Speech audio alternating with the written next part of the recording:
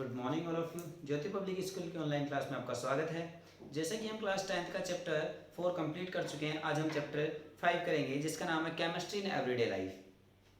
Chemistry in everyday life, सबसे पहले तो अगर हम बात करते हैं इस चैप्टर में हम एसिड और बेस की बात करेंगे। एसिड और बेस की बात करेंगे कि एसिड क्या होता है, बेस क्या होता है, कौन कौन सी इनकी थ्योरीज है, उन सब के बारे में हम बात करेंगे। अगर हम बात करते हैं एसिड बेस में, तो सबसे पहले जो थ्योरी आती है वो अरहेनस थ्योरी आती है।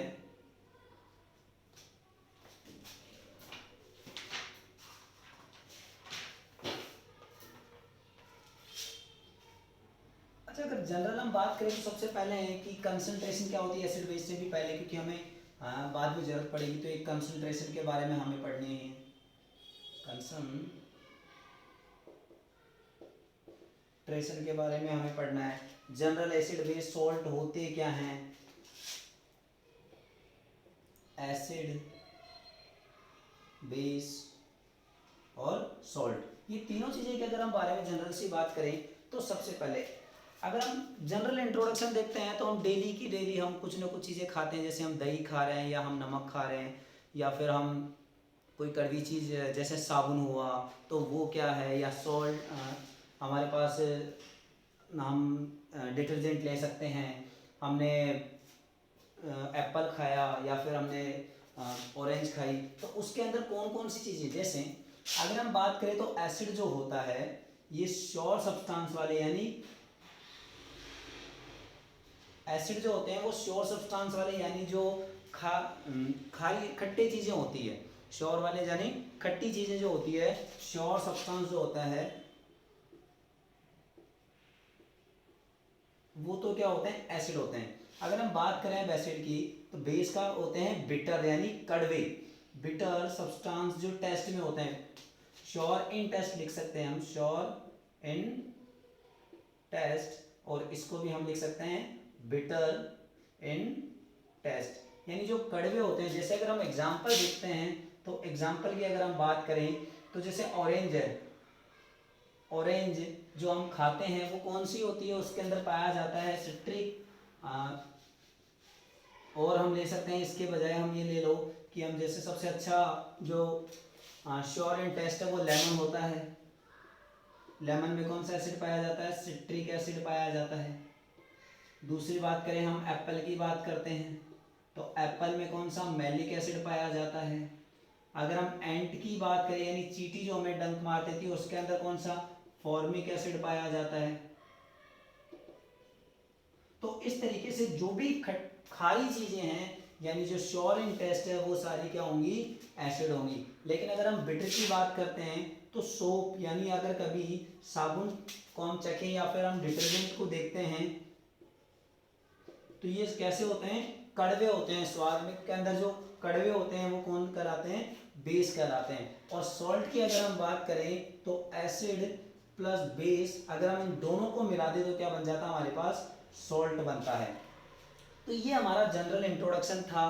फिर उसके बाद में अगर हम कंसंट्रेशन की बात करें तो कंसंट्रेशन क्या है कि कंसंट्रेशन के अंदर हम बात करते हैं दो चीज़ों की, एक होता है सॉल्यूट, एक होता है सॉल्वेंट, और ये दोनों मिलके क्या बनाते हैं, सॉल्यूशन बनाते हैं किसी भी चीज़ का। ठीक है, सॉल्यूट कौन सा होता है, किसी भी सॉल्यूशन के अंदर अगर कम मात्रा में जो चीज़ प्रेजेंट है, यानी कम क्वांटिटी में जो चीज़ प्रेजेंट है वो सॉल्यूट होगी, और लार्ज क्वांटिटी में जो प्रेजेंट है वो सॉल्वेंट होगा। जैसे अगर हम बात करें, हम सभी देखते हैं हमारे शुगर मिल्क, हमारे घरों में जो हम दूध पीते हैं वो कैसा पीते हैं, थोड़ा सा हम मीठा दूध पीते हैं। अब मुझे अगर जनरल से हम बात करें तो शुगर तो हम 1 या 1.5 चम्मच डालते हैं, लेकिन दूध हमारा पूरा का पूरा 1 गिलास होता है, तो ज्यादा मात्रा में जो प्रेजेंट होता है वो सॉल्वेंट होता है। तो यहाँ पर मिल्क तो क्या होगा, आपका सॉल्वेंट होगा, और शुगर क्या होगी, यहाँ पे आपका सॉल्यूट होगा, और इन दोनों को जो मिला के बनेगा वो क्या बनेगा, सॉल्यूशन बनेगा।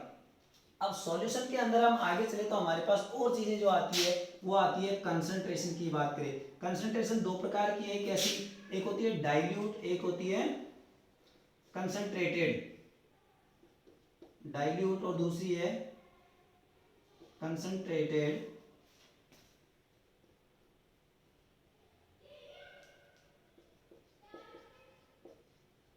अगर हम बात करें कि अगर किसी चीज में जैसे हमने मिलाई, जैसे हम HCl ले लेते हैं यानी हाइड्रोक्लोरिक एसिड, अगर इसमें ये 50% से ज्यादा है हाइड्रोक्लोरिक एसिड, 50% से ज्यादा कौन है हाइड्रोक्लोरिक एसिड, और बाकी का यानी कम मात्रा में पानी प्रेजेंट है, तो वो कैसा होगा कंसंट्रेटेड होगा। और अगर HCl की मात्रा 50% से भी कम है यानी कि उसके अंदर पानी ज्यादा होगा, तो वो क्या कहलाएगा डाइल्यूट कहलाएगा। डाइल्यूट का मतलब जिसके अंदर पानी ज्यादा है वो डाइल्यूट कहलाएगा, जिसके अंदर पानी की मात्रा कम है वो कंसंट्रेटेड कहलाएगा। अगर हम इसमें आगे इनकी डेफिनेशंस के बारे में, इनकी थ्योरीज के बारे में आगे डिस्कस करें, तो इनमें एसिड बेस के बारे में 3 थ्योरीज दी गई हैं। वो 3 थ्योरीज की अगर हम बात करते हैं तो पहली थ्योरी थी अरेहनस थ्योरी, दूसरी थ्योरी है ब्रोंस्टेड लोरी, और तीसरी वाली जो थ्योरी है वो है लुईस एसिड बेस थ्योरी। तो इन तीनों ने अगर हम देखें तो सिर्फ शब्दों का फर्क है, बाकी चीजें तीनों की सेम ही है। कैसे सेम है कि जो अरेनस था उसने कहा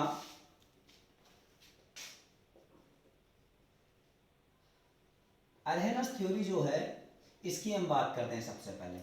तो इसने कहा कि किसी सब्सटेंस को, अगर किसी सब्सटेंस को हम पानी के अंदर मिलाएं और अगर वो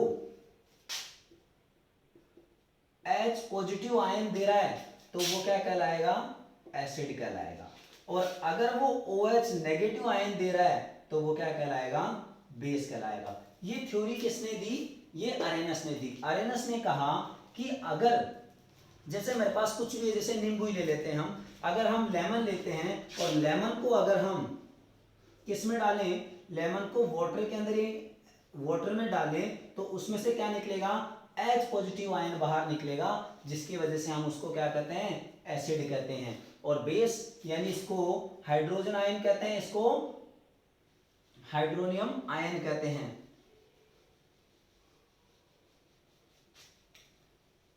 hydroxyl ion, sorry hydroxyl ion कहते हैं। यानी कि अगर H पॉजिटिव दे रहा है तो एसिड किसके अंदर, यानी किसी सब्सटेंस को अगर हम वाटर में ऐड करते हैं या डाइल्यूट करते हैं तो हमारे पास H पॉजिटिव और OH नेगेटिव दोनों में से कुछ ना कुछ आएगा, और अगर H पॉजिटिव निकल रहा तो हम उसको एसिड कहेंगे और OH नेगेटिव निकल रहा तो हम उसको बेस कहेंगे। जैसे मैं कुछ एग्जांपल्स लेके और बताता हूं आपको कि जैसे मैं एक एग्जांपल तो लेता हूं HCl, एक एग्जांपल लेता हूं H2SO4, एक एग्जांपल लेता हूं NaOH, एक एग्जांपल लेता हूं CaOH होल ट्वाइस। अगर मैंने ये 4 एग्जांपल लिए और अगर मैं इनको पानी के अंदर मिलाता हूं तो पानी, इसका नाम क्या होगा hydrochloric acid, sulphuric acid, sodium hydroxide और कैल्शियम हाइड्रोक्साइड। अगर मैं इनको पानी में मिलाता हूं तो ये क्या करेगा H positive plus Cl negative ion देगा, ये 2H positive plus SO4 2 negative ion देगा, और इसकी मैं बात करूं तो ये देगा Na positive plus OH negative.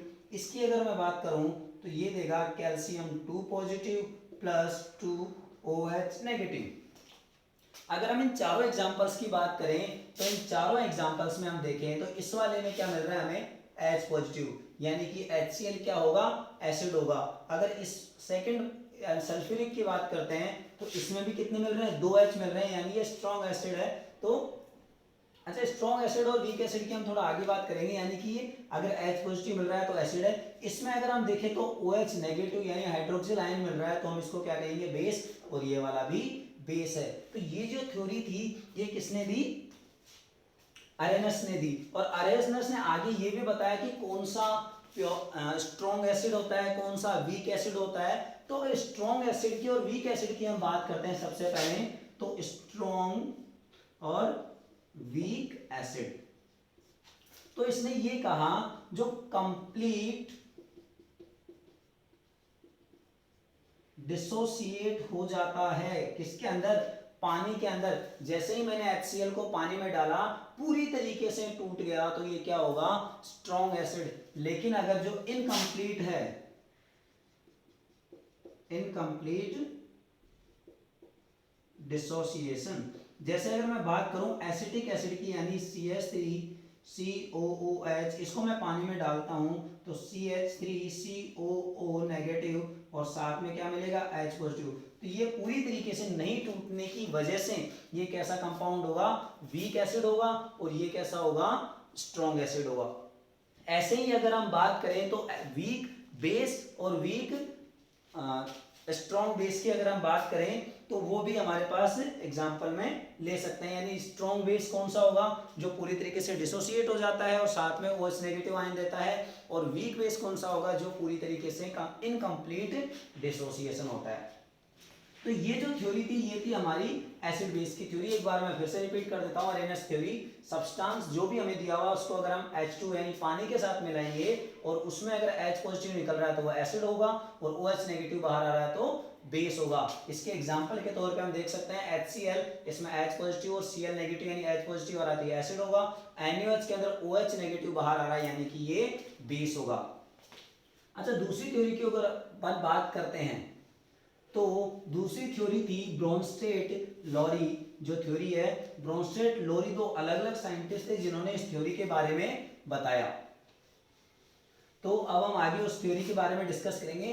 ब्रोंस्टेट lorry ने केवल हाइड्रोजन एटम यानी प्रोटॉन के बारे में बात करी। किसके बारे में बात करी, केवल प्रोटॉन के बारे में, कि जो प्रोटॉन एक्सेप्टर और जो प्रोटॉन डोनर है उन्हीं की बात करी। प्रोटॉन की तो अगर हम देख रहे हैं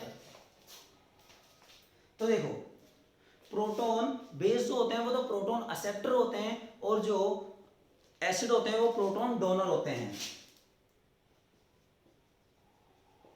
ब्रोंस्टेट लॉरी, ठीक है। इन्होंने जब एसिड बेस के बारे में बोला तो इन्होंने कहा कि जो प्रोटॉन है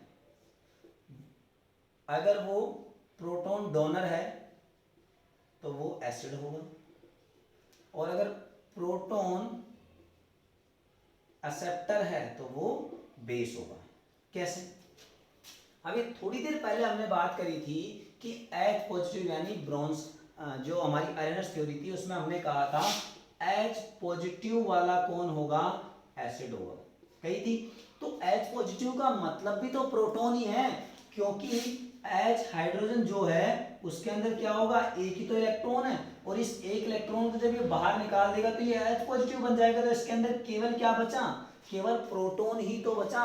बात तो इसने भी वही कही है लेकिन थोड़े दूसरे शब्दों में, यानी कि जो प्रोटॉन वही H पॉजिटिव का मतलब भी प्रोटॉन ही, क्योंकि इसमें इलेक्ट्रॉन तो है ही नहीं, तो ये भी क्या होगा, प्रोटॉन होगा। तो प्रोटॉन डोनर जो है वो तो कौन होगा, एसिड होगा, और जो प्रोटॉन एक्सेप्टर, जैसे अगर OH नेगेटिव की बात करें तो OH नेगेटिव ने क्या कर रखा है, एक इलेक्ट्रॉन ले रखा है एक्स्ट्रा, तो ये क्या करना चाहेगा, अपने आप में इलेक्ट्रॉन को वापस मतलब पॉजिटिव चार्ज लेना चाहेगा इसको बैलेंस करने के लिए। तो यानी कि H पॉजिटिव अगर हम इसमें जोड़ेंगे तो क्या बन जाएगा, H2 बन जाएगा। तो ये किसकी तरह बिहेव करेगा, बेस की तरह बिहेव करेगा। तो यही थ्योरी किसने दी, ब्रोंस्टेट लॉरी ने। आज हम ब्रोंस्टेट लॉरी जो थ्योरी है इसको सिर्फ इसलिए पढ़ते हैं क्योंकि इसने कॉन्जुगेट एसिड बेस के बारे में बात करी थी। कॉन्जुगेट एसिड बेस की अगर मैं बात करूं आपको,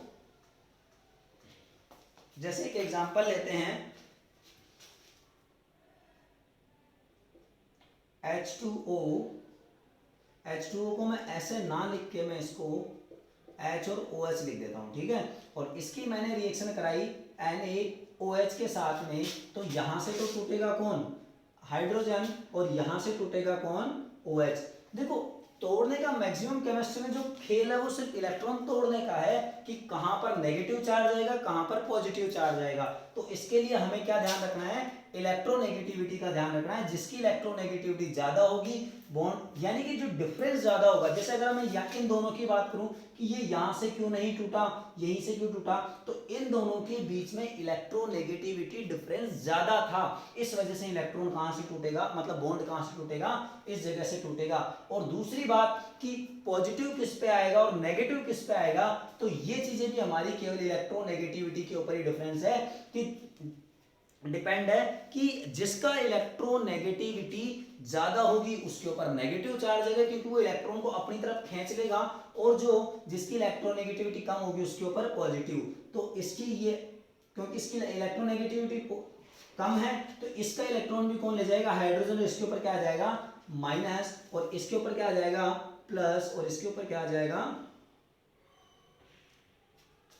एक मिनट, हम इसकी जगह NH3 ले लेते हैं, थोड़ा ये बिग सॉल्ट हो गया, ठीक है, NH3। NH3 को भी मैं कैसे लिख देता हूं कि आप देखो NH3 की अगर मैं बात करता हूं तो NH3 के पास एक लोन पेयर है, क्योंकि नाइट्रोजन के आउटर मोस्ट सेल के अंदर 5 इलेक्ट्रॉन होते हैं, उनमें से 3 इलेक्ट्रॉन तो किसके साथ बॉन्ड बना लिए, अब कितने बचे 2 इलेक्ट्रॉन, तो ये 2 इलेक्ट्रॉन है ये लोन पेयर के रूप में होते हैं, और जब भी जरूरत पड़ती है ये उनको क्या कर देता है, डोनेट कर देता है। अच्छा, अब ये यहां से जैसे ही टूटा तो क्या होगा कि NH4 पॉजिटिव, यानी कि कैसे स्ट्रक्चर बनेगा, मैं इसको अगर आपको स्ट्रक्चर बना के बताऊं तो ये नाइट्रोजन, इसने ये 3 अपने बॉन्ड बना रखे थे और साथ में इसके पास लोन पेयर था ये। अब ये जो H पॉजिटिव यहां से निकला, इसके पास तो इलेक्ट्रॉन ही नहीं है, क्योंकि इसका इलेक्ट्रॉन तो इसने ले लिया, तो ये कहता है भाई कोई बात नहीं, तेरे को मैं इलेक्ट्रॉन देता हूं, लेकिन अपना जो पॉजिटिव चार्ज है ये किसको ट्रांसफर कर देता है, ये पॉजिटिव चार्ज इसको, तो इसके ऊपर क्या आ जाता है, पॉजिटिव का साइन, और इसको हम कैसे लिख देते हैं, NH4 पॉजिटिव लिख देते हैं। तो इसको हम क्या लिख देंगे, NH4 पॉजिटिव, और साथ में क्या बचा, OH नेगेटिव बचा। अगर इसमें हम देखते हैं तो ये तो क्या हो गया, बेस हो गया, और ये क्या हो गया, एसिड हो गया। अब मुझे ये बताओ इन दोनों में से कौन सा एसिड होगा, कौन सा बेस होगा। तो अगर हम देखते हैं तो प्रोटॉन जो है वो कहां से एक्सेप्ट कौन कर रहा है, OH3 नेगेटिव, और अच्छा इस NH3 ने क्या किया, प्रोटॉन एक्सेप्ट किया या डोनेट किया, यहां से जो H पॉजिटिव निकला उसको किसने ले लिया, NH3 ने ले लिया, इसलिए ये तो क्या होंगे, प्रोटॉन एक्सेप्टर होंगे, ठीक है। और ये वाला जो है ये OH, ये क्या हो गया, प्रोटॉन डोनर हो गया, इसलिए ये तो प्रोटॉन डोनर, तो ये एसिड हो गया और ये बेस हो गया। अब दूसरी बात करें तो कॉन्जुगेशन की इनके, तो कॉन्जुगेशन के अंदर हम देखते हैं कि अब इनमें से देखो, मुझे बताओ इसमें से H पॉजिटिव निकलेगा या इसमें से निकलेगा, तो इसका ये क्या होगा, अब इलेक्ट्रॉन ये देगा या ये देगा, यानी H पॉजिटिव को ये वाला रिलीज करेगा, तो ये क्या हो गया, कॉन्जुगेट एसिड हो गया, और ये अब क्या हो गया, कॉन्जुगेट बेस हो गया। क्यों, क्योंकि इसके पास तो अब हाइड्रोजन है ही नहीं बाहर निकालने के लिए, तो ये क्या करेगा, हाइड्रोजन लेगा, और जो प्रोटॉन एक्सेप्टर होता है वो तो क्या कहलाता है, बेस कहलाता है। इसलिए इसको आज हम इस ब्रोंस्टेड-क्लोरी थ्योरी को सिर्फ इस कॉन्जुगेशन के लिए ही हम इस्तेमाल करते हैं, बाकी तो जनरली हम एसिड बेस को डिनोट करने के लिए तो हम आजकल लुईस थ्योरी का इस्तेमाल करते हैं। तो जो लुईस एसिड बेस थ्योरी है, आगे हम कंसेप्ट है उसके बारे में बात करेंगे। तो लुईस ने, अब देखो पहले ने बात करी किसकी, H पॉजिटिव और OH नेगेटिव की, ब्रोंस्टेड-क्लोरी ने बात करी प्रोटॉन्स के बारे में, और जो लुईस है उसने बात करी किसकी, इलेक्ट्रॉन्स के बारे में। उसने इलेक्ट्रॉन की स्टडी करके बताया कि जो इलेक्ट्रॉन डोनर होता है और जो इलेक्ट्रॉन एक्सेप्टर होता है,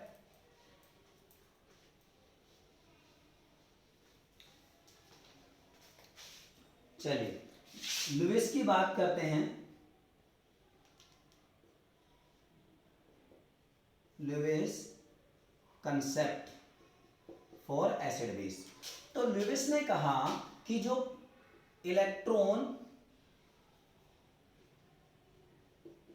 एक्सेप्टर जो होते हैं ना, वो तो होते हैं एसिड, और जो इलेक्ट्रॉन डोनर होते हैं वो कौन होते हैं, बेस। देखो इलेक्ट्रॉन, और अभी हमने थोड़ी देर पहले देखा था कौन, H पॉजिटिव, और H पॉजिटिव क्या था, एक प्रोटॉन था, और हमने कहा था प्रोटॉन जो डोनर है वो क्या होगा, प्रोटॉन डोनर को हमने कहा था एसिड, लेकिन प्रोटॉन को जस्ट उल्टा करेंगे तो इलेक्ट्रॉन होता है, तो यहां पर डोनर था तो उसका भी उल्टा कर लें तो उसका क्या हो जाएगा, एक्सेप्टर, यानी कि प्रोटॉन एक्सेप्टर कौन होगा, एसिड होगा, और प्रोटॉन डोनर कौन होगा, बेस होगा। इसके अगर हम एग्जांपल की बात करें तो इसके कोई सा भी हम एग्जांपल ले सकते हैं, जैसे एक तो हम NH3 ले लेते हैं, तो NH3 के पास क्या एक लोन पेयर है और ये लोन पेयर को ये क्या करता है, डोनेशन के काम करता है। इस वजह से इसको हम क्या करते हैं, इसको हम बेस कहते हैं। और इसके अलावा अगर हम और एग्जांपल लें तो जैसे BF3 की हम बात करते हैं, BF3 का जो स्ट्रक्चर बनता है वो ऐसा बनता है क्योंकि इसके पास क्या होता है, 3। अब ये इसका ऑक्टेट कंप्लीट नहीं हो रहा है क्योंकि 2 2 4 और 2 6 इलेक्ट्रॉन हो रहे हैं, लेकिन आउटर मोस्ट के अंदर बॉन्ड बनने के बाद होने चाहिए 8 इलेक्ट्रॉन। तो इसका ऑक्टेट कंप्लीट नहीं हो रहा है, इसलिए क्या करेगा, 2 इलेक्ट्रॉन को एक्सेप्ट कर सकता है, यानी कि एक लोन पेयर को एक्सेप्ट करने के कारण ये क्या कहलाएगा, एसिड कहलाएगा। और एक और एग्जांपल में बात करूं तो AlCl3 हो गया। इस तरीके से कुछ एग्जांपल्स हम ले सकते हैं, जैसे Na पॉजिटिव हो गया। अभी जो Na पॉजिटिव है ये इलेक्ट्रॉन को एक्सेप्ट करेगा ना, क्योंकि इसने तो ऑलरेडी बाहर निकाला हुआ है, ऑलरेडी बाहर निकाला तो ये चाहता है मेरा इलेक्ट्रॉन मुझे वापस मिल जाए। और इलेक्ट्रॉन जैसे ही ये लेगा, इसको इलेक्ट्रॉन मिलेगा तो ये क्या कहलाएगा, ये एसिड कहलाएगा। जिनके ऊपर पॉजिटिव चार्ज होते हैं वो जनरली एसिड कहलाएंगे इसके अकॉर्डिंग, और जिनके ऊपर नेगेटिव चार्ज होते हैं वो इसमें बेस कहलाएंगे, क्योंकि वो इलेक्ट्रॉन डोनेट करते हैं। दूसरी बात, ऑक्टेट का भी हमें ध्यान रखना है। अगर देखो AlCl3 के अंदर ना तो हाइड्रोजन है और ना ही OH पॉजिटिव है, तो ना तो मैं इसको आरएनएस थ्योरी से समझा सकता और ना ही मैं इसको ब्रोंस्टेड थ्योरी से। इस AlCl3 को मैं किसी से समझा सकता हूं, केवल लुईस कांसेप्ट से, क्योंकि उन दोनों ने तो हाइड्रोजन की बात करी, प्रोटॉन की बात करी, लेकिन इनके पास चक्कर पड़ रहा है किसका, इलेक्ट्रॉन का। तो फिर किसका आया, लुईस आया, और लुईस ने कहा कि AlCl3 क्या है, एक एसिड है जो क्या करता है, इलेक्ट्रॉन को एक्सेप्ट करता है, इसलिए क्या कहलाता है, एसिड कहलाता है। अगर हम एसिड बेस की जनरल प्रॉपर्टीज की बात करते हैं तो देखो एसिड जो होता है वो ब्लू लिटमस को कर देता है आपका रेड कलर में बदल देता है। ब्लू लिटमस को किस में बदल देता है, रेड में बदल देता है। और जो बेस होता है वो आपका क्या करता है, रेड लिटमस को आपको किस में बदल देगा, आपके ब्लू लिटमस में बदल देगा। तो एक चीज हमें ये भी ध्यान रखनी है। और हमने पिछले क्लासेस में पढ़ा था कि जब मेटल की रिएक्शन अगर हम एसिड के साथ करवाते हैं तो उससे क्या बाहर निकलती है, हाइड्रोजन गैस बाहर निकलती है मेटल के साथ में रिएक्शन करवाने पे। और मेटल जो है अगर हम ऑक्सीजन के साथ रिएक्शन करवाते हैं मेटल ऑक्साइड की, तो हमारे पास वाटर बाहर निकलता है। कैसे,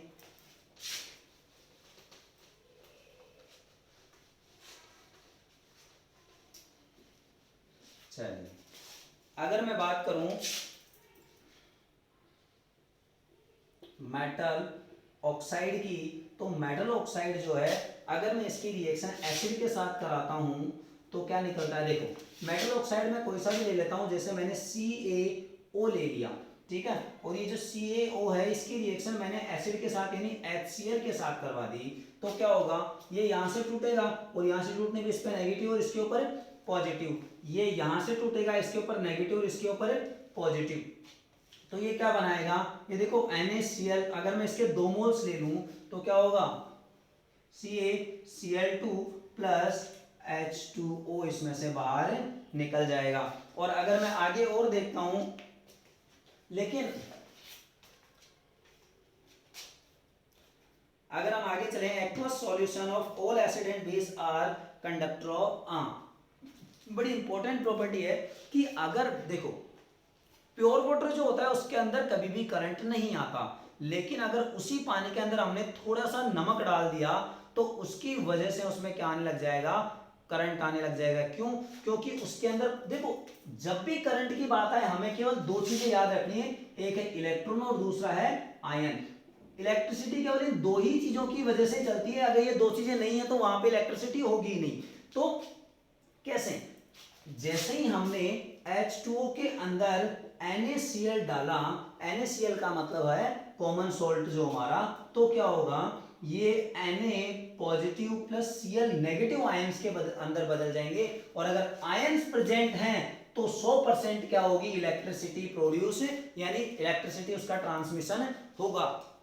तो जो प्योर वाटर होता है उसके अंदर कभी भी करंट नहीं आता, लेकिन हमारे जो बारिश का पानी होता है क्योंकि उसके अंदर कई सारे मिनरल्स वगैरह होते हैं तो उसमें करंट आता है, तो इनको हम इलेक्ट्रोलाइट्स के रूप में भी इस्तेमाल करते हैं। तीसरी और लास्ट इंपॉर्टेंट चीज है इसकी कि अगर मैं एसिड और बेस की रिएक्शन करा दूं, अगर मैं एसिड और बेस की रिएक्शन करा दूं तो ये मेरा न्यूट्रलाइज हो जाएगा। क्या हो जाएगा? न्यूट्रलाइज हो जाएगा, जिसको हम न्यूट्रलाइजेशन रिएक्शन भी कहते हैं। यानी कि अगर हम न्यूट्रलाइजेशन रिएक्शन की बात करें तो एसिड और बेस की अगर हम रिएक्शन करवाते हैं तो न्यूट्रल बनता है, जिसको हम क्या कहते हैं? सॉल्ट प्लस H2O बनता है। क्या बनता है? सॉल्ट प्लस H2O यानी वाटर बनता है।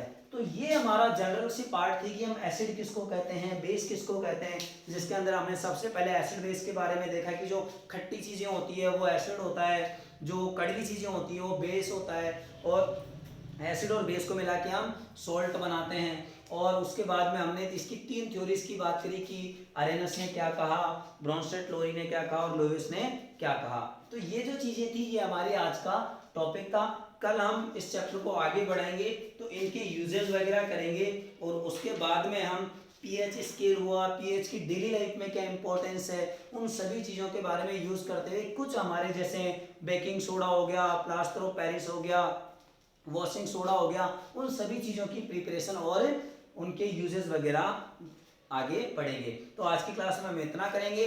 Good bye. अगर आपको वीडियो पसंद आए तो लाइक, शेयर एंड सब्सक्राइब जरूर करें। धन्यवाद।